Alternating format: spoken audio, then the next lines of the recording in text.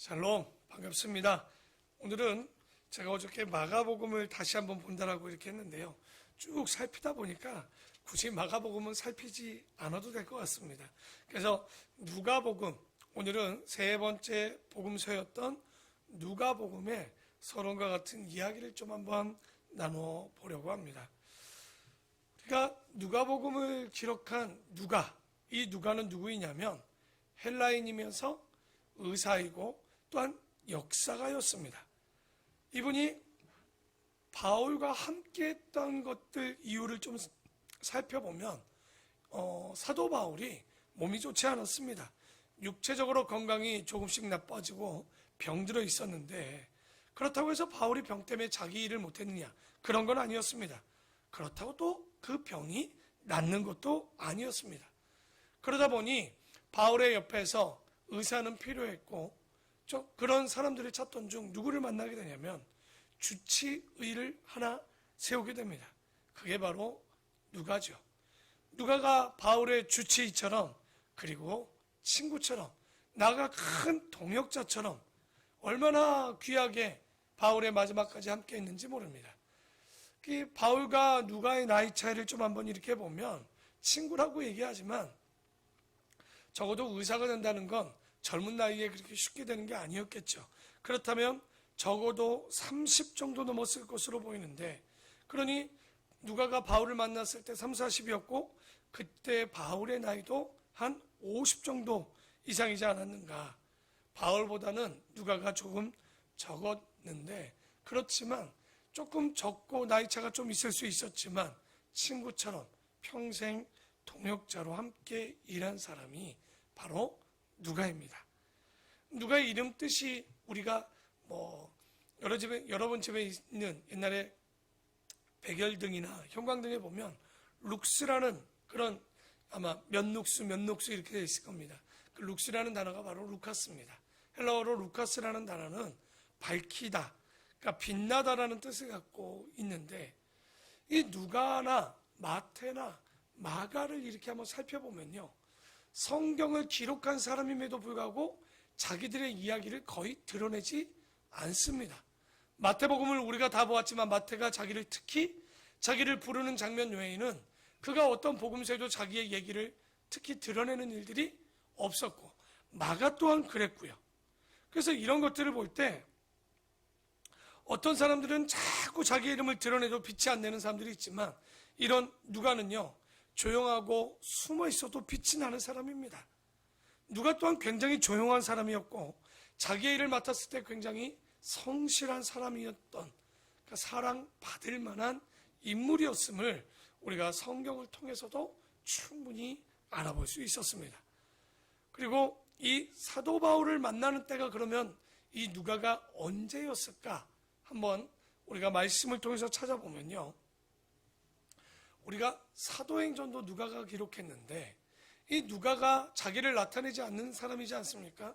그런데 언제 누가가 바울과 함께 있는지 볼 수 있는 구절은요, 일단은 누가가 사도행전을 기록할 때 3인칭 시점으로 씁니다. 바울은, 혹은 베드로가, 이런 식으로 이 말씀을 기술하고 있는데, 사도행전 16장 10절 이하에 보면 뭐라고 좀 기록되어 있냐면 우리가라는 1인칭 복수형 이 단어가 나옵니다. 그러니까 우리가 우리라는 말이 1인칭 복수인데, 이 우리라고 얘기하는 건 아마도 누가가 바울과 함께 동행했을 때부터 우리라는 단어를 써요.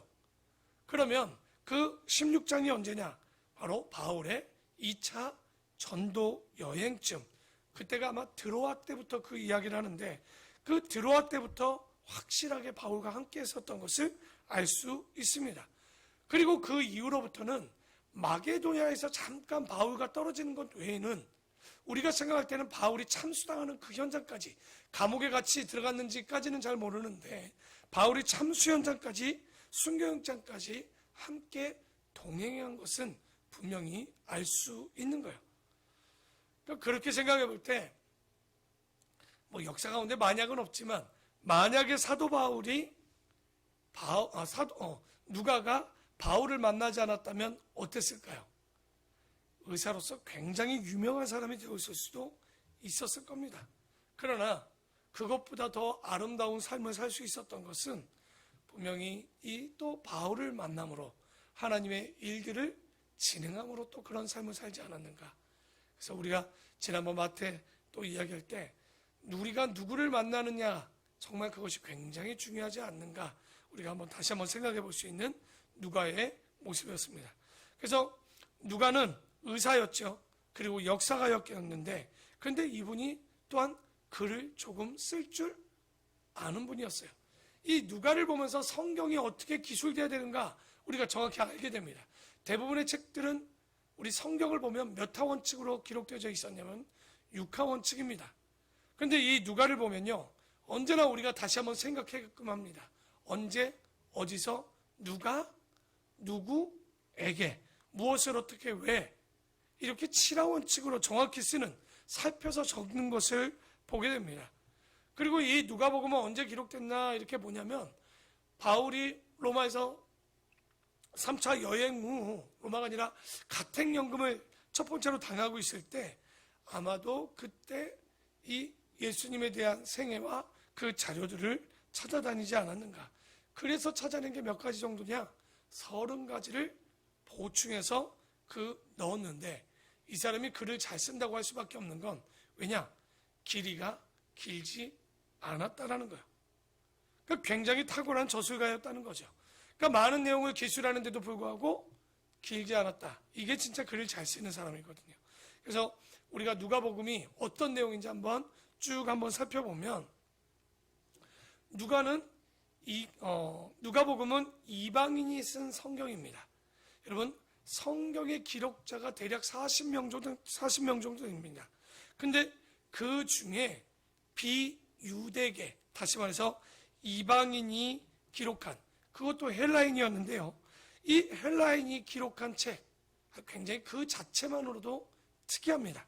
성경 64권이 유대인에게 의해서 기록됐다면, 누가복음과 사도행전은 이방인이었던, 헬라인이었던 누가에 의해서 기록되었던 굉장히 독보적인 존재요, 독보적인 책이라고 할 수 있는 거죠. 그래서 복음서가 여러 가지가 있지만 그 문체나 표현 기술이나 그 방식 가운데 가장 뛰어난, 가장 탁월한, 그리고 가장 미려하게 아름답게 기록된 책은 누가복음입니다. 그래서 누가복음은요, 정말 그림책을 읽듯이 읽으면 읽을수록 굉장히 아름다워요. 그럴 수밖에 없는 게, 유대인들이 아무리 헬라어를 잘한다고 할지라도요, 그 헬라어를 잘하는 건 말을 하거나 필요한 것들은 이야기할 수 있지만, 여러분, 책을 한 권 기록한다는 것은 다릅니다. 우리가 종종 목사님들 중에 목사님들이 미국이나 이런 데 가서 타 언어권에서 박사학위를 따고 오잖아요. 정말 그분이 그 언어로 박사학위를 땄다면 그건 엄청난 겁니다. 왜냐하면 미국에 가서 먹고 마시고 살고 대화하는 데는요, 그 몇 년이면 됩니다. 그러나 그곳에서 학문적으로 언어로 공부해서 학문을 가지고 글을 쓸 수 있다는 건요, 아무나 할 수 없습니다. 그래서 예전에 보면 목사님들이 미국에서 박사학위 받았다 그러면요, 진짜는 뭐였냐면 한국어로 하는 미국의 학교가 있어요. 그런 학교를 다녔거나 혹은 그것과 관련되어서 한국어로 쉽게 해서 이렇게 딸 수 있도록 배려해 준 학교 외에는요, 진짜로 영어 공부를 해서 영어로 논문을 써서 박사학위를 이렇게 패스한다는 건요, 정말 어렵다라고 얘기합니다. 그러니까 예전 같으면 거의 불가능할 정도. 그러니까 어려서부터 가야 그것이 가능하지, 제 나이쯤 가서 영어 공부를 해서 언어가 늘려서 그 언어로 논문을 쓴다? 책 한 권을 쓴다는 게 굉장히 어렵다는 거예요. 그래서 오늘 이 헬라인 누가가 헬라인이기 때문에 당연히 이 헬라어로 작업했을 때 다른 어떤 유대인들보다 책을 잘 쓸 수밖에 없는 건 당연하다는 얘기입니다. 우리가 그런 걸 어렵지 않게 짐작할 수 있는데요. 누가복음은 읽으면요, 그 장면이요, 진짜 그림처럼 그릴 수 있을 정도로 표현을 굉장히 잘 해놨습니다. 어떤 사람들을 만나면요, 그 사람이 말을 잘하는 것 같고 장황하게 하지만 진짜 짚히는 게 없는 사람이 있는 반면, 또 어떤 사람은요, 간단히 말하는데도 불구하고 그림 언어처럼 그 모습과 윤곽을 굉장히 자세히 표현하는 사람들이 있습니다. 근데 아무나 그렇지 않습니다. 그냥 여러분들이 아마 기독교 성화들을 많이 보지 않습니까? 그 성화들의 대부분이요, 성화를 그릴 수 있는 글을 쓴 사람이 누구냐? 바로 누가라는 거예요. 여러분, 마태복음 같은 사람들의 그 분의 이 복음서를 읽으면요, 성화로 그리기 어려워요. 왜? 그건 종류별로 모아놨기 때문에 스토리가 되지 않으니까 그림 그리는데 그림이 잘 그려질 수 없는 거예요. 그러나 누가복음은요, 수많은 사람들이 이 누가복음을 가지고 성화를 그렸던 거죠. 그만큼 미려하게 아름답게 잘 설명이 되어 있는데, 자, 우리 누가복음 1장 1절 한번 볼까요?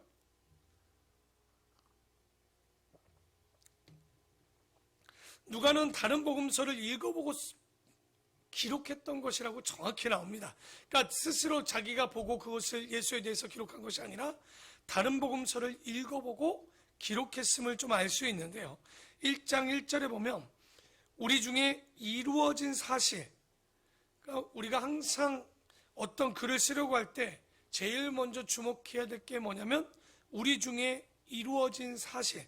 이 사실이라는 게 뭘까요? 바로 역사입니다. 역사가가 역사를 쓸 때요, 이 옛날의 사관들이 뭐를 기초해서 쓰냐면 사초라는 게 있습니다. 그러니까 역사의 기초가 되는 자료가 있는 거죠. 그러니까 우리 같으면 그런 걸 뭐라고 하냐면 오리지널 소스죠, 오리지널. 그 소스를 근간으로 해서 이것들을 찾아내고 그 사실에 대해서 어떻게 썼냐? 처음부터 목격자와 말씀에 일꾼된 자들이 전하여 준 그대로 내력을 저술하려고 붓을 든 사람들이 이미 뭐 했다는 거예요? 많이 있었다는 거죠. 그러니까 예수님에 대한 글들을 많이 썼지만 누가 자체가 워낙 실력이 뛰어나다 보니까 이런 사람들, 많은 사람들이 붓을 들었지만 마음에 들지 않았습니다. 그러니까 유대인이 아무리 헬라어를 잘해도 어설프죠. 그러니까 헬라인 누가가 볼 땐 이런 것들이 흡족하지 않았던 거예요. 그래서 미리 쓴 책들이 있지만 문장력이나 이런 것들이 미흡했기 때문에 어떻게 하냐? 3절이 굉장히 중요하죠. 그러니까 누가가 혹은 우리가 공부할 때도 이런 마음이 참 중요한데 모든 일을 어떻게 시작했냐? 근원부터 자세히 미루어 살폈다라고 이야기하고 있습니다. 그러니까 누가는요, 모든 일을 살피는 데 있어 어떻게 살폈냐? 근원, 어떻게 시작됐는지. 그래서 여러분 누가복음 보면서 아마 여러분이 예수님의 어린 생애나 우리가 그 세례 요한의 어린 시절을 기록된 성경은 어디 있던가요? 누가복음 외에는 없습니다. 마태복음에도 마가복음에도 요한복음에도 없습니다. 누가만이 근원부터 시작했죠. 예수님의 시작부터, 그리고 세례 요한의 시작 전부터 이렇게 근원부터 어떻게 자세히 살핍니다. 어떻게 말했고 어떤 일이 있었는지 자세히 살피고요. 그리고 또 하나 잘 모르면 어떻게 하는 거예요? 미루어 살폈다라고 얘기합니다. 왜 미루어 살폈을까요? 그럴 수밖에 없어요. 누가는 실제 그 현장에 있었을까요? 없었을까요? 없었죠. 그러니 어떤 부분에 있어서는 미루어, 유추한다는 거죠. 우리가 미루어 생각한다는 것은 유추해 보는 거예요. 그래서 마태처럼 주제별로 기록한 것이 아니기 때문에 차례대로 예수님이 언제, 어디서, 어떻게, 누구에게, 무엇을, 왜 기록했는지를 자세히 기록했다는 거죠. 그래서 이 누가복음이 가장 예수님의 생애나 역사대로 역사가인 것처럼 이 순서대로 쭉 쓰는 것, 이렇게 마태복음을 다시 풀어서 재배열한 것이 알고 보면 누가복음이라는 이 성경입니다. 그래서 뭐 4절에 보면 이는 왜 이렇게 썼냐? 각하가 알고 있는 바를 더, 이제 각하라는 분에 대한 여러 가지 이야기가 있지만 사도행전에도 나오지만 일단은 이렇게 쓴 이유가 뭐예요? 더 확실하게 하려 함이라. 그래서 여러분 성경을 읽을 때, 우리가 어떤 공부를 할 때 모든 일의 근원부터 자세히, 잘 모르면 미루어 유추해서 우리가 그런 것들을 볼 수 있는, 정말 누가같이 성경 공부를 하면요 굉장히 성경을 잘 볼 수 있지 않을까 한번 생각을 해보게 됩니다. 그래서 누가가 한 이 기록들을 보면요, 다른 기록자들의 기록을 읽어보고 자신이 답사하고 조사한 것들을 대조해 봐서 누락된 것들이 있다면 그것을 보충해서 기록한 거예요. 그래서 우리가 보면 마가복음을 읽고 빠진 걸 마태가 더 넣은 것 같고요. 마태복음을 기록한 것을 더 빠진 걸 누가 더 기록한 거야? 순서대로. 누가가 기록했고요. 그리고 그 기록한 것들을 다 보고 나니 요한은 굳이 더 기록하지 않고 그 외에 빠진 사건과 강조할 예수 그리스도가 누구인가에 대해서 기록한 성경이 요한복음이었다는 거예요. 그렇게 보니 복음서를 한 권 보고 예수를 안다는 건 말이 안 되는 거예요. 우리가 적어도 사복음서를 그 가치와 그들의 사고를 가지고 그들의 눈을 가지고 마태의 눈을, 마가의 눈을, 누가와 요한의 눈을 가지고 보시고 결론적으로는 우리 예수 그리스도가 누구인지를 우리가 살펴본다면 진짜 우리가 제대로 보지 않는가. 그래서 그렇게 빠진 내용 30가지를 누가가 기록하게 됩니다. 오늘은 다 얘기할 수 없고요. 오늘 말씀을 좀 정리해 보면 정말 누가를 공부하다 보면요, 누가를 사랑할 수밖에 없습니다. 오죽했으면 바울이 원래 그런 말을 잘 쓰지 않는데 몇몇 사람의 이 말을 쓰지 않습니다. 뭐라고 했냐? 사랑받는 누가, 사랑받는 디모데. 그러니까 우리 바울 선생님도 이런 이야기들에 있어서 조금은 사랑이라는 단어를 많이 쓰지 않았는데 사랑받는 누가다? 그러니까 이분과 함께함을 통해서 2차 전도 여행 이후에 누가의 모습을 꾸준히 보았겠죠. 우리 본교의 성도님들도 오늘 누가복음을 통해서 저는 이런 분들이 되었으면 좋겠습니다. 사랑하는 거 어렵죠. 그러나 사랑하는 것보다 더 어려운 건 뭘까요? 사랑 받는 자가 더 어렵습니다.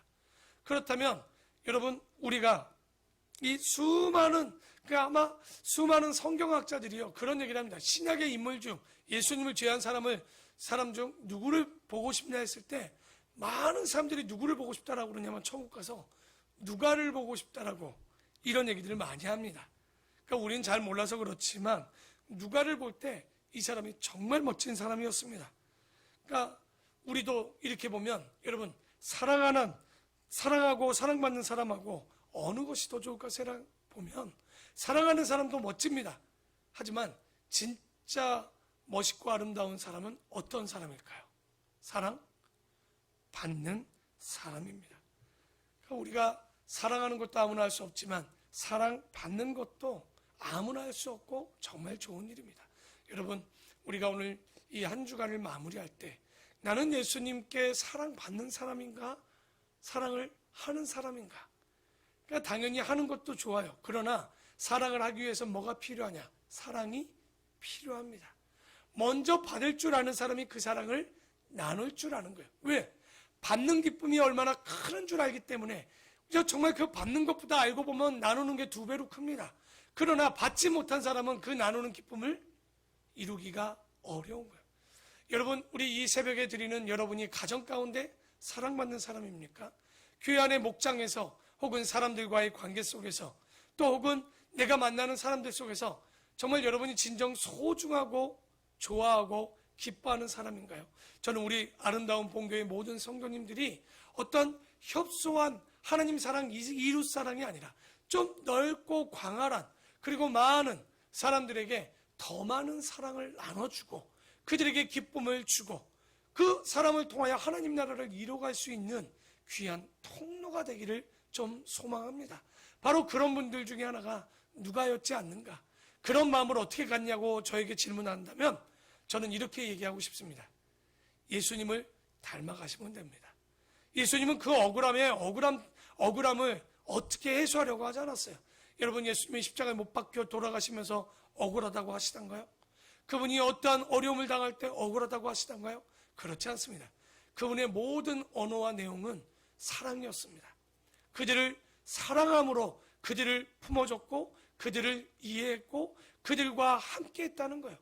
자신을 배신할 줄 아는 가룟 유다와도 함께 하지 않았습니까? 자신들을 배신할 제자들과도 뻔히 알면서도 그들과 함께 하지 않았습니까?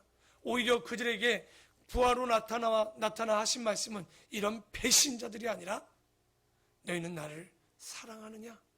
라는 이 질문을 받았던 베드로와 그 제자들을 보면서 우리가 그 주님의 말씀처럼 우리는 그 주님의 사랑을 나누고 있는가?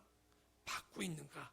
오늘 이 말씀을 잘 기억하시고 사랑받는 누가처럼 사랑받는 우리 본교의 성도님들이 되어서 어떤 사람들이 항상 어느 집사님, 권사님과 함께 밥 먹고 싶고 함께 하고 싶은 사람, 그런 하나님만 사랑하면 되죠라고 하면 그것도 할 말은 없겠지만, 그러나 항상 하나님은 하나님 사랑, 이웃 사랑입니다.